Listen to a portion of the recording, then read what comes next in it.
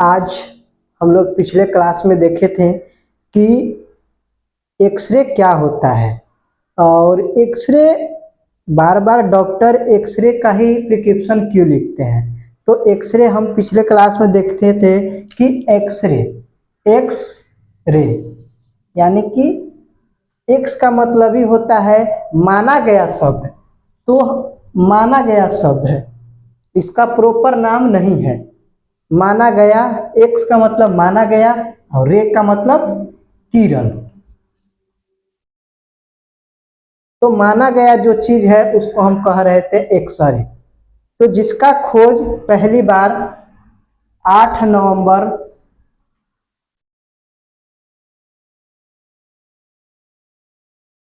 1895 ईस्वी को William Konrad रोएंटगन नामक एक वैज्ञानिक किए थे। वह क्या कर रहे थे कि अपने ही लैब में प्रयोग कर रहे थे। जब प्रयोग कर रहे थे तो उसने देखा कि उनकी पत्नी जो थी चाय लेकर आती है, तो जब वो चाय देती है तो उनके हाथ का शैडो पीछे बन रहा था। तो ये अचानक से हुआ है, इसका खोज अचानक से हुआ है कि इसका प्रॉपर नाम नहीं है, इसलिए प्रचलित हो गया एक्स मतलब एक्सरे। तो उसी के बारे में हम लोग पढ़ेंगे। ये सब डील करते हैं रेडियोग्राफी में। तो 8 नवंबर 1895 ईस्वी को एक्सरे का खोज हुआ था। विलियम कोनार्ड नामक रोएंटगन नामक वैज्ञानिक जो किए थे, लेकिन पहली बार प्रयोग 18 जनवरी 1896 ईस्वी को पहली बार दुनिया के सामने प्रयोग हुआ था। 18 जनवरी 1896 ईस्वी को पहली बार दुनिया के सामने एक्सरे का प्रयोग किया था। तो यही देखते देखते जब एक्सरे का खोज हुआ तो वर्ल्ड रेडियोलॉजी डे मनाया गया। इसी का विकास करते करते रेडियोलॉजी का धीरे धीरे विकास हो गया। रेडियोलॉजी, तो रेडियोलॉजी में हम लोग एक्सरे अलग से पढ़ते हैं, सीटी स्कैन भी इसी में देखते हैं, एमआरआई भी इसी में देखते हैं और नई नई पार्ट अल्ट्रासाउंड का भी कुछ पार्ट देख लेते हैं। तो अल्ट्रासाउंड भी बहुत बड़ा है, ये एक्सरे है तो काम देने वाला चीज है। तो चलो हम रेडियोग्राफी में पढ़ते हैं एक्सरे। तो पहला एक्सरे है चेस्ट एक्सरे। तो चेस्ट एक्सरे डॉक्टर क्यों करवाता है, क्यों जरूरी है भाई कि चेस्ट एक्सरे करवाएं नहीं करवाएं। डॉक्टर कुछ होता है, थोड़ा सा भी चोट लग जाता है, इन्फेक्शन हो जाता है, तो डॉक्टर कहता है कि आप एक्सरे करवा लीजिए, चेस्ट एक्सरे करवा लीजिए। तो इन सब बातों को टोटल चेस्ट एक्सरे 7 प्रकार के होता है। तो पहला है चेस्ट पीए, दूसरा है चेस्ट एपी, तीसरा चेस्ट लैटरल, चौथा चेस्ट डेकुबिटस व्यू भी कह सकते हैं, चेस्ट एपेकोग्राम भी कह सकते हैं। उसके बाद है chest lordotic view, last view lordotic view भी कह सकते हैं। तो टोटल 7 प्रकार के चेस्ट एक्सरे होता है, जिसमें हम लोग पढ़ेंगे बारी बारी से। चेस्ट पीओ को दूसरा नाम भी है एक्स*R के नाम से जानते हैं, यानी कि पर्ची पर लिखा होता है एक्स*R यानी कि चेस्ट का एक्सरे। तो पीए व्यू सबसे ज्यादा होता है, एपी व्यू बहुत कम, इन रेयर केस में। तो पीए व्यू क्यों किया जाता है तो हम लोग देखेंगे चेस्ट पीए व्यू। तो चेस्ट पीए व्यू जिसमें हम देख रहे हैं इंडिकेशन, यानी कि क्यों किया जाता है चेस्ट एक्सरे का पीए व्यू। पीए मतलब posterior to anterior, posterior to anterior, यानी कि इस इमेज में पोस्टेरियर टू एंटीरियर है, पीछे से आगे की ओर। प्लेट आगे रहेगा, जिससे हम खड़ा अगर हैं इससे तो प्लेट मेरे पीछे रहेगा, हम आगे से रे भेजेंगे। इसे देखिए, इसमें प्लेट पीछे है तो हम, प्लेट आगे है तो रे हम पीछे से भेज रहे हैं। तो पोस्टेरियर टू एंटीरियर क्यों किया जाता है तो पहला कारण है फीवर। बुखार जब लगता है, लगातार बुखार लगेगा, 1 दिन 2 दिन 3 दिन 4 दिन, तो इसको पता करने के लिए कि बैक्टीरियल है कि वायरल है।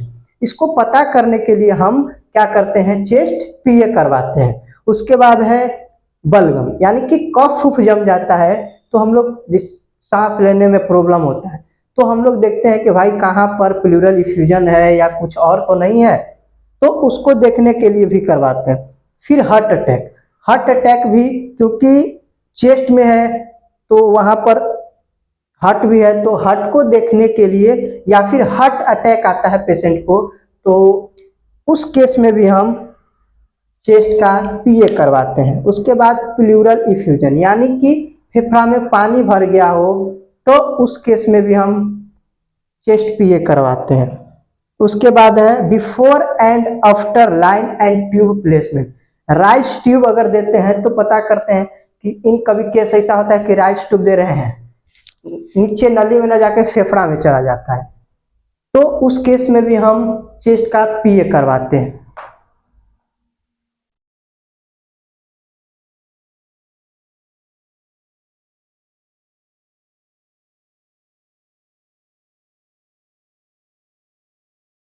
उसके बाद है निमोथेरेक्स, यानी कि निमोनिया के केस में भी हम एक्सरे करवाते हैं। पीएसी, प्री एनेस्थेटिक, यानी कि एनेस्थीसिया देने से पहले, सर्जरी के केस में देने से पहले हम लोग चेक करते हैं इसका ब्रीदिंग रेट, ये सब कुछ नॉर्मल है कि नहीं। उसके बाद है लंग मास, फिर फॉरेन बॉडी। फॉरेन बॉडी का मतलब होता है कि कोई बच्चा है, सिक्का निकल गया, क्वाइन क्वाइन निकल लिया, क्वाइन अंदर निकल गया, तो हमको पता करने के लिए क्वाइन किस एरिया में है, ओसोफेगस में है कि ट्रैकिया में है कि उसके नीचे उतर गया है, एब्डोमेन में चला गया है, तो उसको पता करने के लिए भी हम चेस्ट पीए का उपयोग हम करते हैं। उसके बाद है कौन कौन सा है, फीवर है, कफ है, हार्ट अटैक है, प्लूरल इफ्यूजन है, प्री आफ्टर एनेस्थेटिक या ट्यूब प्लेसमेंट है, निमोथेरेक्स है, लंग्स मास, फॉरेन बॉडी। उसके बाद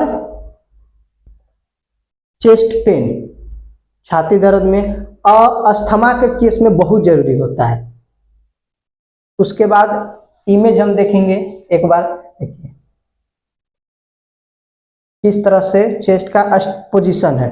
तो पोजीशन है एकदम शोल्डर के समक्ष T7 के पास, पैरेलल टू T7, सेंटर जो रे है वो पैरेलल टू T7 रहेगा।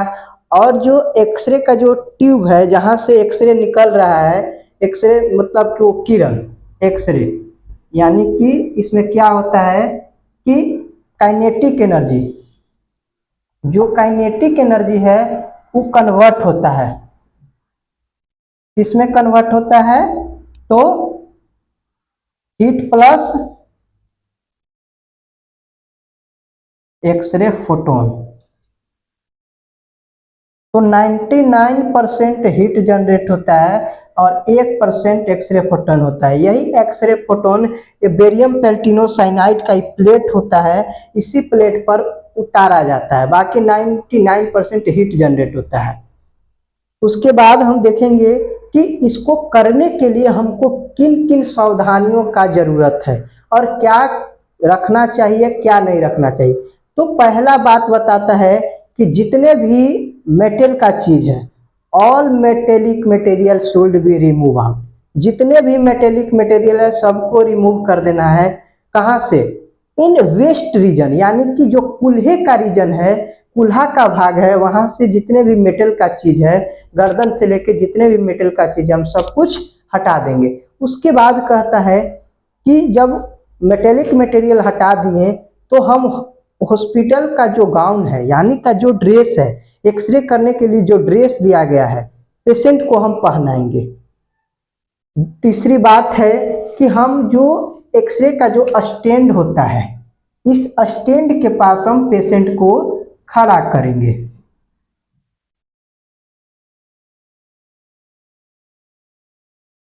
स्टैंड के पास हम खड़ा करेंगे। पहला मेटेलिक मटेरियल रिमूव कर दिए वेस्ट रीजन में, कुल्हे के पास। दूसरा हो गया हॉस्पिटल गाउन यानी कि ड्रेस पहनाएंगे। तीसरा हम पेशेंट को जो स्टैंड है वो उसके पास ले जाएंगे और पीए पोजीशन में उसको हम खड़ा करेंगे। उसके बाद हम क्या करेंगे, mid sagittal plane should be over the central line the cassette. जो मिड सेजाइटल यानी कि जो बीचों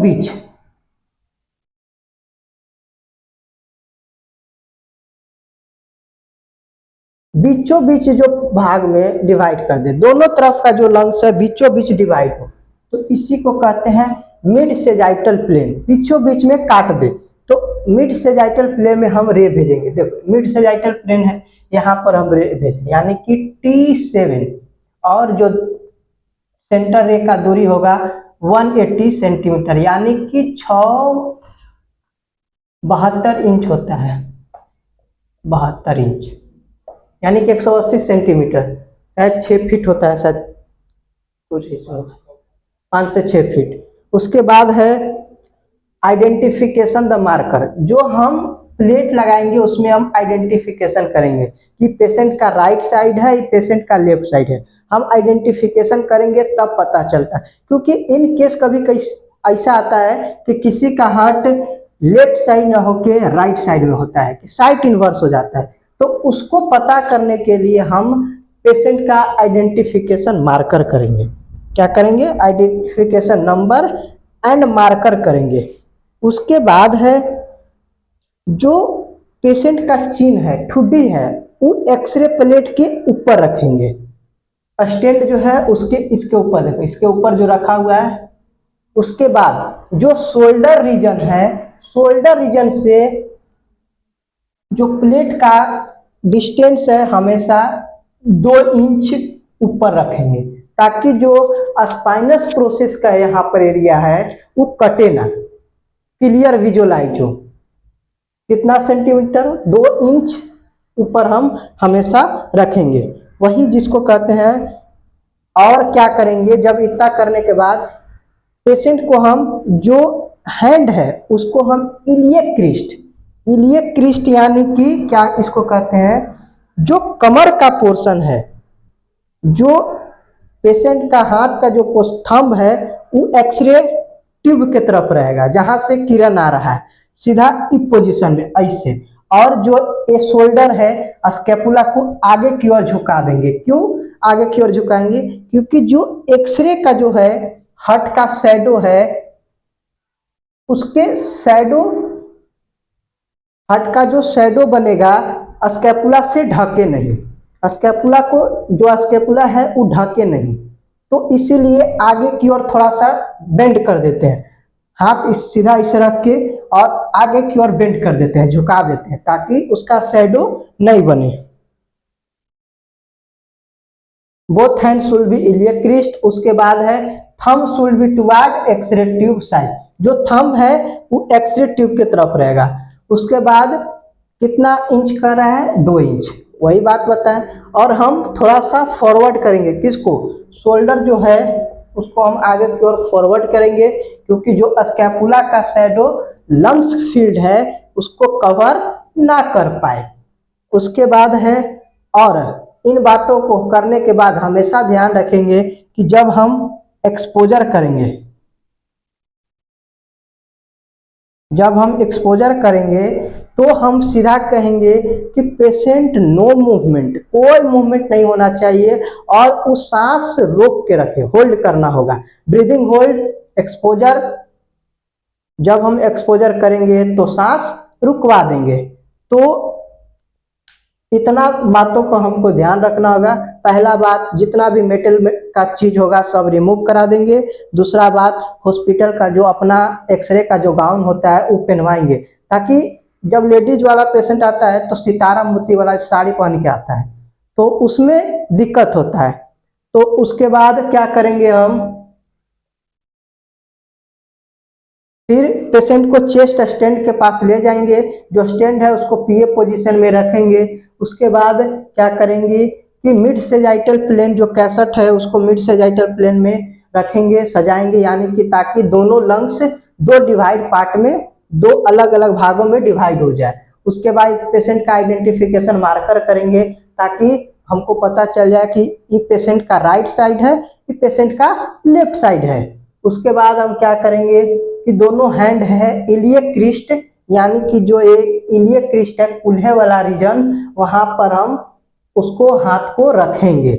उसके बाद है थंब जो है एक्सरे की ओर, जो ट्यूब जहाँ से रे निकल रहा है वो उसके समक्ष रखेंगे, उसके उधर की ओर रहेगा। उसके बाद है शोल्डर जो है फॉरवर्ड करा देंगे आगे की ओर, ताकि जो स्कैपुला का शैडो है वो लंग्स फील्ड को कवर ना कर पाए।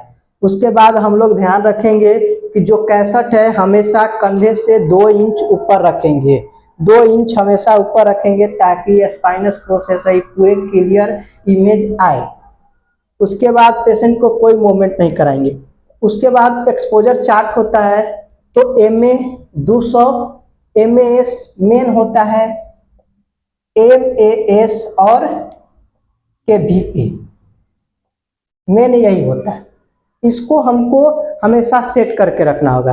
तो मान लो हम MAS है, प्रति सेकेंड कितना हम रे भेज रहे हैं, तो मान लो हम 20 से 25 सेंटीमीटर रखें।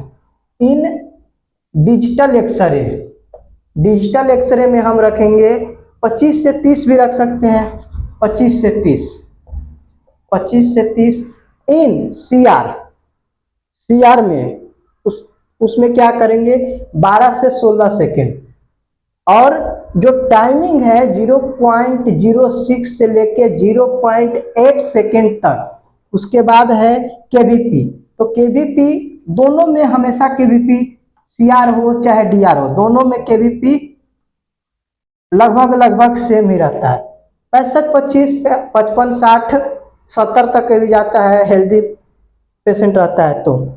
और हम इसमें ग्रिड का उपयोग नहीं करेंगे, एंगल का उपयोग भी हम कोई नहीं करेंगे। हाँ, इन 2 बातों को हमेशा ध्यान रखना है।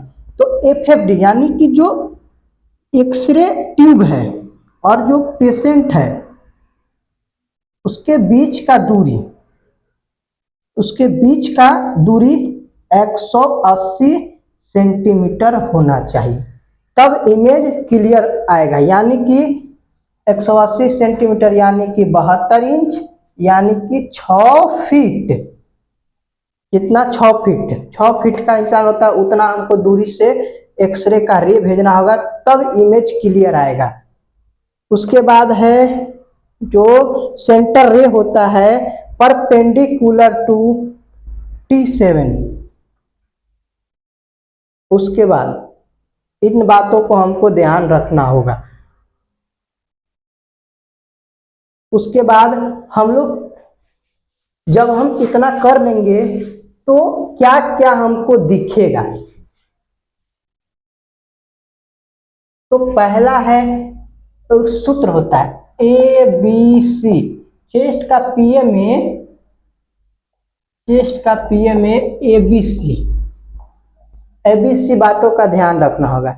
A यानी कि एयर सेल, जो वायु कोशिका है वो दिखेगा। उस एयर सेल लंग्स और ट्रैकिया। लंग्स यानी कि फेफड़ा, तो हम लोग में कै गो फेफड़ा है? दोनों साइड फेफड़ा है। और ट्रैकिया, ट्रैकिया जिससे हम हवा लेते हैं, जिससे हम 2 गो होता है ट्रैक, विंड पाइप और फूड पाइप। तो विंड पाइप है तो ट्रैकिया है। उसके बाद A4 एयर सेल, लंग्स और ट्रैकिया। B4 बोन, बोन यानी कि रिब्स दिखेगा। कितना रिब्स होता है? तो 12 पेयर रिब्स होता है, यानी कि 24 गो। उसके बाद वर्टिब्रा दिखेगा, ब्रेस्ट दिखेगा। C4 कार्डियक, यानी कि जो हार्ट होता है वो हार्ट का शैडो दिखेगा, क्लेविकल दिखेगा, CP एंगल दिखेगा। D4 डायफ्राम, डायफ्राम भी दिखेगा। उसके बाद है CP एंगल हो गया, कार्डियो, उसी को कहते हैं कार्डियोफेरिक यानी या फिर कोस्टोफेरिक। उसके बाद है बता रहा है कि पेशेंट को क्या करना होगा, inspire and hold the breath. Exposure time बोलेंगे कि लंबा सांस लीजिए और सांस को रोक लीजिए। उसके बाद हम एक्सपोजर करेंगे, तब इमेज क्लियर आएगा। उसके बाद जो सेंटर रे होता है हमेशा परपेंडिकुलर टू T7। थोरेसिक जो वर्टिब्रा होता है उससे परपेंडिकुलर होना चाहिए। तो इन बातों का ABCD यानी कि एयर सेल, ट्रैकिया और लंग्स, B4 क्या हो गया, बोन हो गया, बोन मतलब कि रिब्स हो गया, वर्टिब्रा हो गया, ब्रेस्ट हो गया। C4 क्लैविकल, उसके बाद CP एंगल, D4 डायफ्राम। इन बातों का ध्यान रखना, इतना चीज हमको दिखेगा चेस्ट PA में, तो हम दिखाते हैं कि क्या क्या दिखेगा इमेज में। देखो ई वाला इमेज में